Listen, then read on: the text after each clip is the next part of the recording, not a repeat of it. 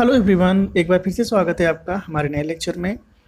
Issue of debenture इस chapter का second lecture है, जिसमें आज हम तीन टॉपिक को कवर करेंगे। पहला टॉपिक है issue of debenture for consideration other than cash. दूसरा टॉपिक है issue of debenture as a collateral securities. और थर्ड और बहुत ही इंपॉर्टेंट टॉपिक है various cases of debentures from the point of view of redemption. तो इन तीन टॉपिक पे आज हमें डिस्कशन करना है। तो स्टार्ट करते हैं अपने पहले टॉपिक से, जिसका नाम है issue of debenture for consideration other than cash. कभी कभी क्या होता है, कंपनी जब फिक्स असेट्स को परचेज करती हैं, किस पे करती हैं? क्रेडिट पे। तो इसका जो पेमेंट होता है वो ऋण पत्रों के निर्गमन द्वारा कंपनी करती हैं। ऋण पत्रों का निर्गमन यानी इशू ऑफ डिबेंचर्स के द्वारा करती हैं। और इनका जो पेमेंट होता है वो यानी इनका जो निर्गमन होता है वो एट अ पार हो सकता है, एट प्रीमियम हो सकता है, एट डिस्काउंट। तीनों ही कंडीशन में कंपनी इशू कर देती है डिबेंचर्स को। अकाउंटिंग ट्रीटमेंट की बात करें कि some times a company purchase assets from vendor and instead of making payment in cash issue debenture for consideration there of. कभी कभी कंपनियां जब फिक्स असेट्स को परचेज करती हैं अपने वेंडर से, तो कैश पेमेंट की जगह डिबेंचर को इशू करती हैं। और सच issue of debenture is called debenture issue for consideration other than cash. और इस प्रकार का जो डिबेंचर इशू होता है उसको कंसीडरेशन अदर देन कैश बोला जाता है। In such case also the debenture may be issued at par, at premium, at discount. तो तीनों ही कंडीशन में यहाँ पे डिबेंचर इशू हो सकता है। अगर जनरल एंट्री की बात करें, जब हम गुड्स को परचेज करते हैं अपने वेंडर से, उस समय जनरल एंट्री करते हैं asset account debit to vendor account. पहली जनरल एंट्री हमारी ये होती है। अगली जनरल एंट्री होगी for issue of debenture at par to vendor in purchase consideration, vendors account debit to debenture account. और थर्ड एंट्री है for issue of debentures at premium to vendor in purchase consideration, vendor account debit to debentures account to security premium reserve account. और fourth है for issue of debenture at discount to vendor in purchase consideration, vendor account debit, discount on issue of debentures account debit to debentures account. तो ये चार important entry होती हैं। सबसे पहली जो एंट्री है वो जब हम संपत्ति यानी अपनी असेट्स को क्रेडिट में परचेज करते हैं। दूसरी है जब हम परचेज कंसीडरेशन करते हैं और एट पार पे उसका निर्गमन करते हैं। तीसरी कंडीशन है जब हम एट प्रीमियम पे करते हैं। और फोर्थ और लास्ट वाली जनरल एंट्री है जब हम अपने डिबेंचर्स को डिस्काउंट पे इशू करते हैं। अगर बात करें इनकी प्रेजेंटेशन की कि बैलेंस शीट में इनका प्रेजेंटेशन कहाँ होगा, तो such debentures are disclose separately in the equity and liability head under the heading long term borrowings and asset purchase are disclose on asset side under the heading fixed assets in the balance sheet. तो संपत्तियों का जो क्रय प्रतिफल यानी purchase consideration है वो disclose होगा इक्विटी एंड लायबिलिटी हेड में, लॉन्ग टर्म बारोइंग में। और असेट्स की बात करें तो वो डिस्क्लोज होगी asset side under the heading fix assets in the balance sheet. तो ये इसका प्रेजेंटेशन है बैलेंस शीट में। अब बात करते हैं कुछ ट्यूटोरियल नोट्स की, क्या क्या चीज़ें इसमें इंपॉर्टेंट हैं। जब हम एक डिबेंचर्स को इशू करते हैं तीन कंडीशन में, तो पहली जो कंडीशन होती है इशू एट पार, उसमें हमें डिबेंचर्स का पता करना है कि कितने डिबेंचर्स हमने इशू किए हुए हैं। जैसे सपोज करिए आपने असेट खरीदी 10 लाख रुपए की, 10 लाख का आपने डिबेंचर इशू कर दिया। तो 10 लाख के जो डिबेंचर इशू किए हैं तो उसमें आपको ये भी पता होना चाहिए कि कितने डिबेंचर्स आपने इशू किए हैं। तो उसके लिए फार्मूला है number of debentures is equal to purchase consideration divided by issue price per debenture at par. इससे आपको पता चल जाएगा नंबर ऑफ डिबेंचर्स। दूसरा है when debentures are issued at discount, इसका फार्मूला है number of debentures is equal to purchase consideration divided by issue price per debenture eight a discount. और थर्ड कंडीशन है when debenture are issued at a discount, number of debentures is equal to purchase consideration divided by issue price per debenture eight a premium. अब यहाँ पे एक important note है, उसको देख लीजिए। Debenture can not be issued in fractions. देखिए कोई भी डिबेंचर्स है वो फ्रैक्शन में कभी भी आपका इशू नहीं होता। जैसे एग्जांपल में देख लीजिए, लिखा हुआ है 55,000 डिबेंचर है और एक डिबेंचर का प्राइस है 90 रुपीज़, तो फ्रैक्शन में आया है 611.11 डिबेंचर। आप इसको सिंपल सा 611 यानी 611 डिबेंचर्स आप इशू करेंगे at 90 each will be issued to vendor and remaining balance will be paid in cash. एक क्वेश्चन है जो हमारे कॉन्सेप्ट को और क्लियर करेगा। Raj limited purchase furniture costing 2,20,000. It was agreed that the purchase consideration be paid by issue of 15% debentures of 100 each. Assume debentures have been issued at par, at premium and at discount of 20%. Give journal entries in the books of Raj limited. देखिए यहाँ पे 3 case में general entries आपको करनी है। राज limited ने purchase किया है फर्नीचर जिसकी कॉस्ट है 2,20,000 और 15% वाले डिबेंचर इशू करने हैं जो 100 रुपये का एक है। 3 कंडीशन है, एट पार, एट प्रीमियम और एट डिस्काउंट। तो पहले बात करते हैं एट पार की कंडीशन में। देखिए जब कोई चीज़ खरीदी जाती है यानी furniture account debit to vendor account, यानी इन्होंने जो फर्नीचर खरीदा है वो किस पे खरीदा है, क्रेडिट पे खरीदा है 2,20,000 रुपीज़ का। एट पार की कंडीशन में अगर हम जनरल एंट्री करेंगे तो जनरल एंट्री होगी vendors account debit to 15% debenture account. अगर यहाँ पे बात करें कि हमने कितने डिवेंचर्स इशू किए हुए हैं तो इसके लिए काम क्या करना पड़ेगा, 2,20,000 divided by 100 is equal to 20,000 debentures. तो यहाँ पे डिवेंचर जो इशू हुए हैं 2200 डिवेंचर इशू हुए हैं 15% वाले जो 100 रुपये का एक डिवेंचर है। तो वैल्यू कितनी आएगी, 2,20,000 रुपीज़। अब बात करते हैं अगले टॉपिक पे जो है एट प्रीमियम की कंडीशन में। अगर हम एट प्रीमियम की कंडीशन में डिवेंचर इशू करते हैं तो उसके लिए सबसे पहले हमारा ये जानना ज़रूरी है कि हमने कितने डिवेंचर्स इशू किए हैं। तो उसके लिए 2,20,000 divided by 110 is equal to 2,000 debentures. तो 2,000 डिवेंचर हमने इशू किए हुए हैं तो 2,000 into 100 is equal to 2 lakh आ जाएगा और 2,000 इंटू 10 इज इक्वल टू 2,000। तो 2,20,000 का टोटल जनरल एंट्री हुई vendors account debit to 15% debenture account to security premium reserve account. अब बात करते हैं अपने तीसरे केस पे जो है एट ए डिस्काउंट की कंडीशन।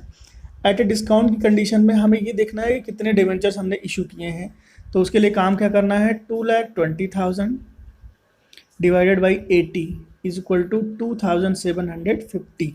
इतने डिवेंचर्स हमने इशू किए हैं। इसके लिए जनरल एंट्री हुई है vendors account debit discount on issue of debentures account debit to 15% debenture account और मल्टीप्लाई कर देंगे यहाँ पे 2,750 इंटू 80 और 2,750 इंटू 20। तो इस तरीके से जनरल एंट्री करेंगे तो ये आपकी अमाउंट आ जाएगी और ये आपका टोटल 2,75,000 रुपीज़ आ जाएगा। तो ये है हमारे तीनों केसेस की जनरल एंट्री। अब बात करते हैं अपने नए टॉपिक की। अगला टॉपिक यानी दूसरा टॉपिक हमारा है issue of debenture as a collateral securities. अब कोलेक्ट्रल सिक्योरिटीज़ का क्या मतलब है, जब एक कंपनी अपने डिवेंचर्स को इशू करती है तो प्राइमरी सिक्योरिटी के अतिरिक्त यानी उससे अलग वो जो भी सेकेंडरी अपनी सिक्योरिटीज़ करती है डिपॉजिट बैंक में या कहीं भी इन्वेस्टमेंट में, उसको बोला जाता है issue of debenture as a collateral securities.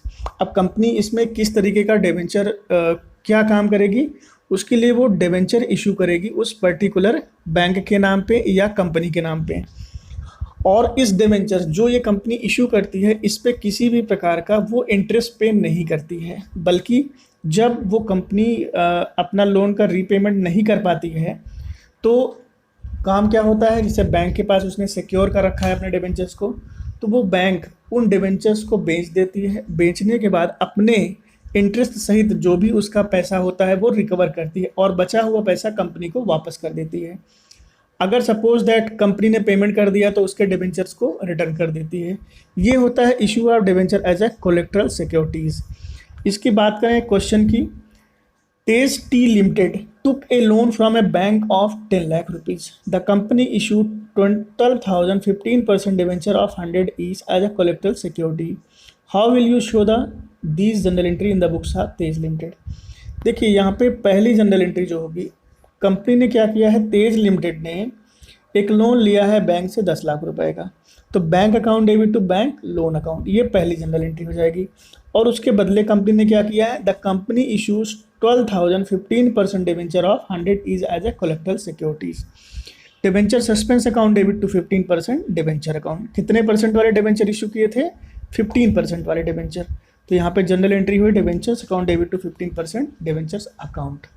अब अगर इसका प्रेजेंटेशन देखें हम बैलेंस शीट में, तो प्रेजेंटेशन इसका आएगा किस हेड में, इक्विटी एंड लाइबिलिटी का हेड है नॉन करंट लाइबिलिटी, यानी लॉन्ग टर्म बोरोइंग्स है ये। Bank loan on collateral securities और debenture are 12 lakh rupees, 15% debenture है 12 लाख के, और डिवेंचर सस्पेंस में है 12 लाख। तो यहाँ वैल्यू कितनी आई 10 लाख रुपीज़, यानी जो लॉन्ग टर्म बोरोइंग हमने लिया था वो 10 लाख का है और कलेक्टर सिक्योरिटी कितनी थी 12 लाख की थी। असेट्स की बात करें तो कैश एंड कैश इक्विवेलेंट के बराबर ही आएगा, क्योंकि हमारा बैंक बैलेंस बढ़ गया है, असेट्स हमारी इंक्रीज हुई है, तो 10 लाख रुपीज़ का इसका बैलेंस शीट में असेट साइड में आपका प्रेजेंटेशन दिखाई देगा। अब बात करते हैं अपने तीसरे और सबसे इंपॉर्टेंट टॉपिक की, various cases of debenture from the point of view of redemption. जब एक कंपनी अपने डिवेंचर्स को इशू करती है तो इशू करने के साथ ही वो अपनी बुक्स ऑफ अकाउंट्स में ये मेंटेन करती है कि वो जो भी पेमेंट करनी है उसको कितने समय के बाद करनी है, यानी टाइम पीरियड क्या होगा, 5 साल 10 साल, और उस पर रेट ऑफ इंटरेस्ट कितना वो पेमेंट करेगी।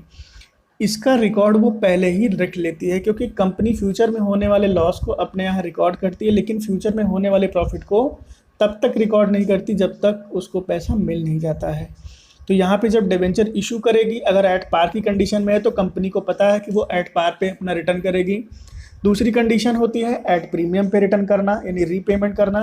एट डिस्काउंट की कोई कंडीशन नहीं होती है, क्योंकि कोई भी बंदा जब कंपनी में पैसा लगाता है तो वो ये उम्मीद करता है, सपोज हम ही हैं बैंक में अगर पैसा जमा करते हैं तो ये उम्मीद से जमा करते हैं कि हमें कुछ ना कुछ इंटरेस्ट मिलेगा। सेम चीज़ है, जब हम कंपनी में पैसा लगाते हैं तो हमारी ये सोच होती है कि हमें कंपनी की तरफ से कुछ ना कुछ इंटरेस्ट मिलता रहेगा, एक फिक्स रेट ऑफ इंटरेस्ट मिलेगा। तो कोई भी बंदा लॉस की कंडीशन में कहीं भी इन्वेस्टमेंट नहीं करता, तो जो भी रिडम्पशन होगा वो एट डिस्काउंट नहीं होता है। तो यहाँ पे देखिए जो टोटल 6 कॉम्बिनेशन बने हुए हैं इसके।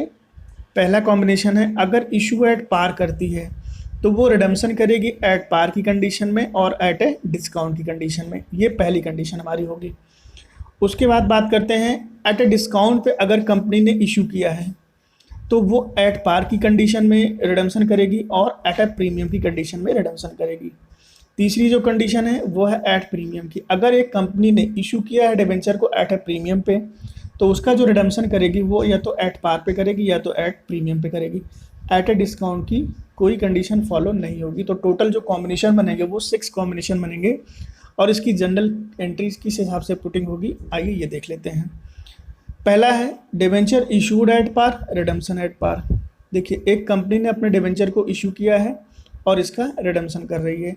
तो इशू जब करती है कंपनी डिबेंचर्स को तो जनरल एंट्री होती है bank account debit to percentage debenture application and allotment account. तो यहाँ परसेंटेज लगाना क्यों ज़रूरी है, क्योंकि डिबेंचर्स पे हमेशा परसेंटेज लगा रहता है। उसका रीज़न ये होता है कि कंपनी जब भी डिबेंचर को इशू करती है तो उसके साथ परसेंटेज लगाने का रीज़न होता है उस पर उतना % इंटरेस्ट कंपनी पे करेगी। नेक्स्ट जनरल एंट्री होगी percentage debenture application and allotment account debit to percentage debentures account. अब रिडम्पशन की बात करते हैं। इसकी रिडम्पशन की एंट्री स्टार्टिंग होती है यहाँ से, ये एंट्री यहाँ पे आती है और लिखा जाता है percentage debentures account debit to debenture holder account. और अगली एंट्री होगी डिबेंचर है holder account debit to bank account. यहाँ पे पेमेंट हो जाती है डिबेंचर होल्डर को, यानी रीपेमेंट हो जाती है। याद रखिएगा सीबीएसई बोर्ड के एग्ज़ाम में कभी भी दोनों कंडीशन एक साथ एग्ज़ाम में नहीं आई अभी तक, और 99% मेरा अभी भी यही सोचना है कि या तो वो इस कंडीशन को फॉलो कराएंगे या तो इसको, इन दोनों में से कोई एक जनरल एंट्री ही वो पूछते हैं। मोस्टली यही वाली आती है। और रिडम्पशन की एंट्री आपके नेक्स्ट जो चैप्टर है रिडम्पशन ऑफ डिबेंचर उस वाले चैप्टर से आती है। इशू ऑफ डिबेंचर में यही वाली आपसे कंडीशन फॉलो कराई जाती है। सेकंड कॉन्सेप्ट है, सेकंड हमारा केस है, सेकंड कॉम्बिनेशन है इशू एट पार और रिडम्पशन एट प्रीमियम। एक कंपनी अपने डिबेंचर को एट पार पे इशू करती है और रिडीम करती है एट ए प्रीमियम की कंडीशन में। तो जनरल एंट्री हम फॉलो करेंगे bank account debit to percentage debenture application and allotment account.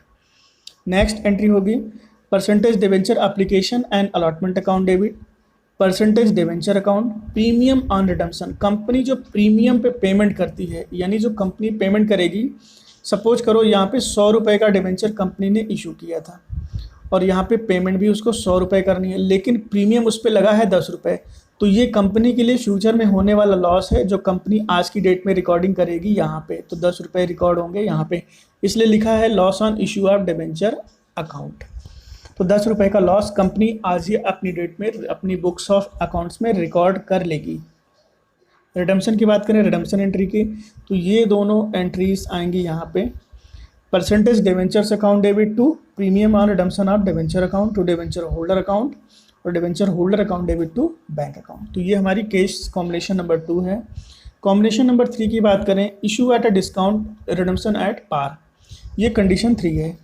एक कंपनी अपने डिवेंचर्स को इशू करती है किस पे, डिस्काउंट पे, और रिडीम करती है एट पार पे। जनरल एंट्री होगी bank account debit to percentage debenture application and allotment account, और अगली जनरल एंट्री होगी percentage debenture application and allotment account debit to discount on issue of debentures account to percentage debentures account.